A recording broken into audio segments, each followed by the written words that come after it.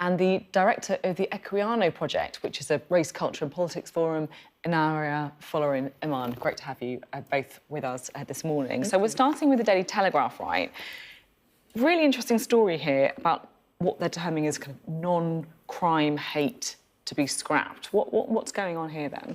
Yeah, so the front page of the Daily Telegraph, and essentially police chiefs will present to the Home Secretary the idea that non-crime hate incidents will be scrapped. And they're essentially recording of reports of hate, but they don't necessarily reach the level of a crime. And it's essentially only the discretion of the accuser. So what often happens is someone accuses someone of hate. It can get recorded, even though there's been no investigation, no one's been charged. And if you do an enhanced DBS check, it can often come up. So people have said that this is effectively a threat to free speech. There's been lots of thorny debates around gender identity, race, immigration, and people are effectively being reported for having views that some people disagree with, and that is being put on their record. I think this is an issue that is at the heart of questions about how the law catches up with the developments in online technology. And there are all sorts of conspiracy theories out there that we're living in a Starmer dictatorship, which is obviously nonsense, but non-crime hate incidents helped that. And my view has basically been, and this would substantiate it if it happens, I think, my view is that the police should really, broadly speaking, intervene where they actually think a crime has been committed.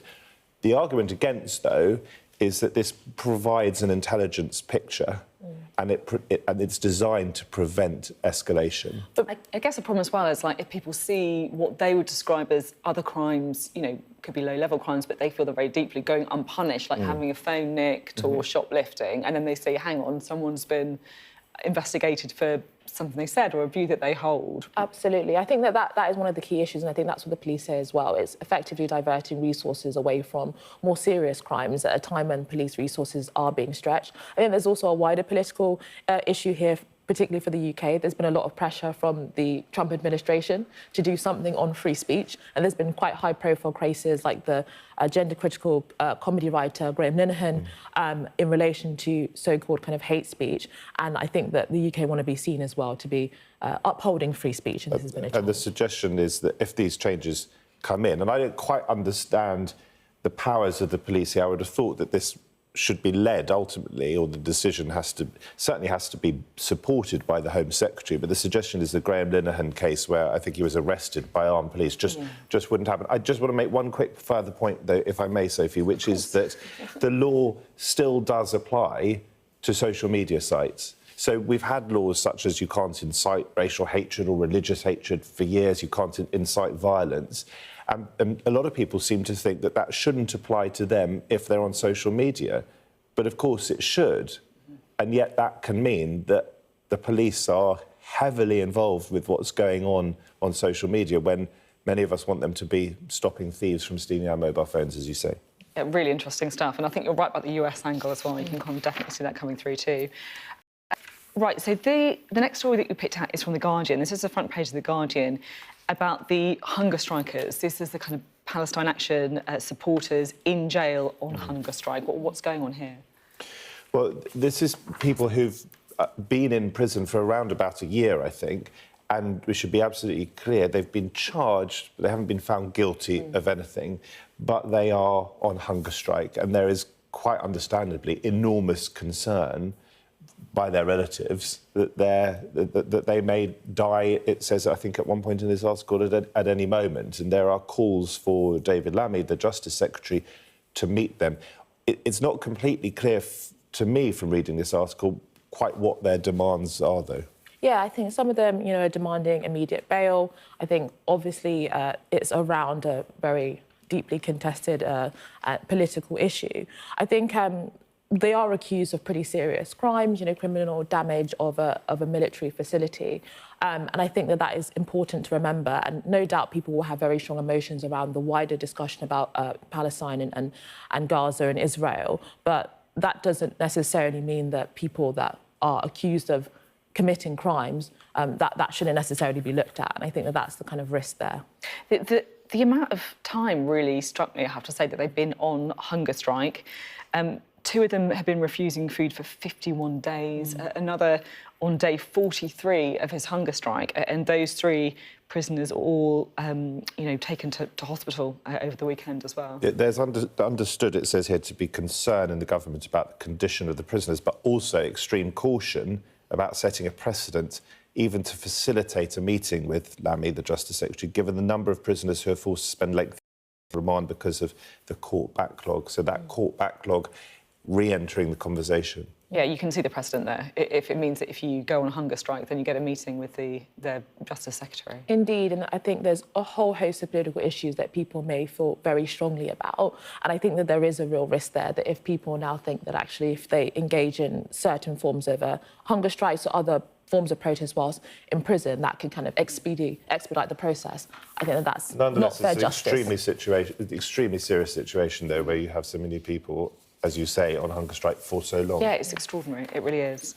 Right, let's look at the front page of the Daily Mirror here. What have you picked out? This is one of my stories, I'm afraid, as well. I'm just deeply impressed by this. We often think about the royals at this time of year, don't we, at Christmas and Easter. But the King, who is still recovering from what cancer it is, and he said, I think, earlier this month that basically the treatment is going well, he's responding well to treatment, and it's going to be downscaled a bit next year. But he is officially the hardest working royal. Now, he's 77 years old, and he has clocked up 532 engagements this year. As a self-employed person, I monitor how many work engagements I have in the year, and I think I'm on about 358 You need to get your year. But I mean, this guy, he's averaging well over 1 a day, Sophie. It's incredible. No, I think it is, pretty impressive. I mean, particularly because of his health as well, and his age. And I think there has been some discussion about the royal family and different controversies of late. But actually, it does show that they do try and do a lot in order to, increase tourism and represent the UK. Yeah. 330 more commitments than his son William. Well, there you go. He's been waiting for it a long time. He's got to make the most of it,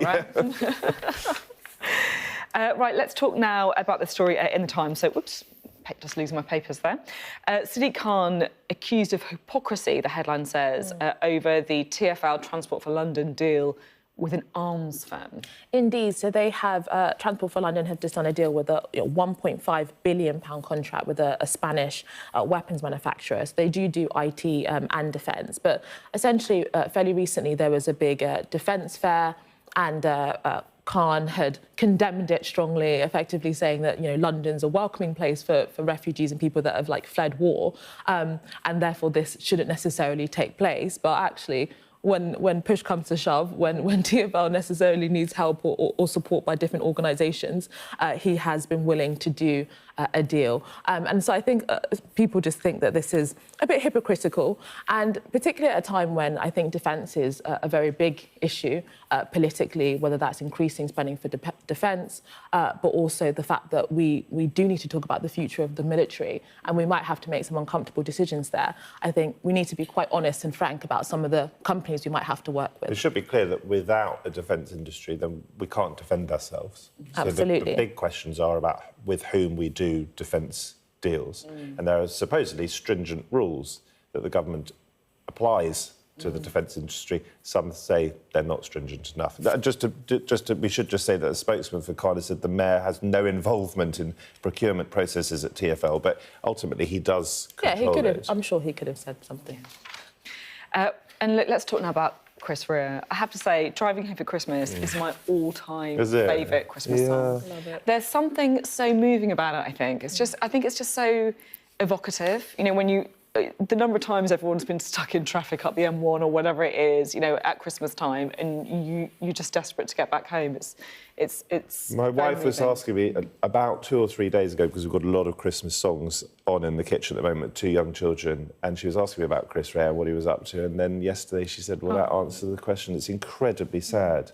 But he's quoted here as having said that he used to be terrified that the song would ruin any credibility he had left, but now we have a laugh with it. For me, when I see someone die at 74, which these days is pretty young, it makes me think of my own dad, who died 2 years ago at the age of 73. And when you read stories or hear about stories of famous people dying or things happening to famous people. It is actually a way of bringing us back to our own lives, isn't it? Sorry about your dad. Thank It's you. always difficult It's hard, at Christmas as well, when you know, it's a time of kind of celebration, but it's also for many people, of course, a time when you're kind of thinking about family you and wish loved were there. ones, absolutely. But I think you just made an important point about Christmas songs as well, because actually he had a hugely impressive career, pop, soul, 25 studio albums. But I think that is often a challenge when a music artist does do Christmas music as well, because people often remember that song in particular, I but still forget take their long career. I still take having a Christmas hit, I think. Yeah, I would exactly. Think of all the royalties as well. You know. It's true. It's true. No, so he sounds like a lovely man as well, doesn't he? I have to say. And then look, just finally, we're cutting back on the drink, but 28% still planning a little tipple over Christmas, right? I'd have thought it'd be higher than that. Surely. Yeah, I think well, there has been a lot of polls and research over the last few years that I think young people in particular are drinking far less than the older generations. There's a whole host of factors for that, cost and lifestyle changes. But people are, 28% are still planning a Merry Christmas. What's interesting as well in this is that the proportion of people that are not drinking at all has actually stayed the same. So we're not necessarily seeing a rise in teetotalism when it comes to Christmas. So that's a positive story. People are still having fun at Christmas. What about you guys? Are you going to be in the 28% or...? We're doing a lot of driving between relatives, so not much drinking for me anyway. Yeah. Get that Chris Rea on in the car when you do it, definitely.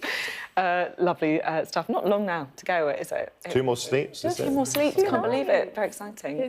It's super exciting. Yeah, I've definitely really got a is. Christmas spirit. Me too, me too. Good to speak to you. And of course, I will be talking to you at the same time next hour as well. But in the meantime, stay with us. We're going to have all of the latest headlines, bringing you all the news that you need to know this morning, right at the top of the hour in just a few moments' time. We'll see you then.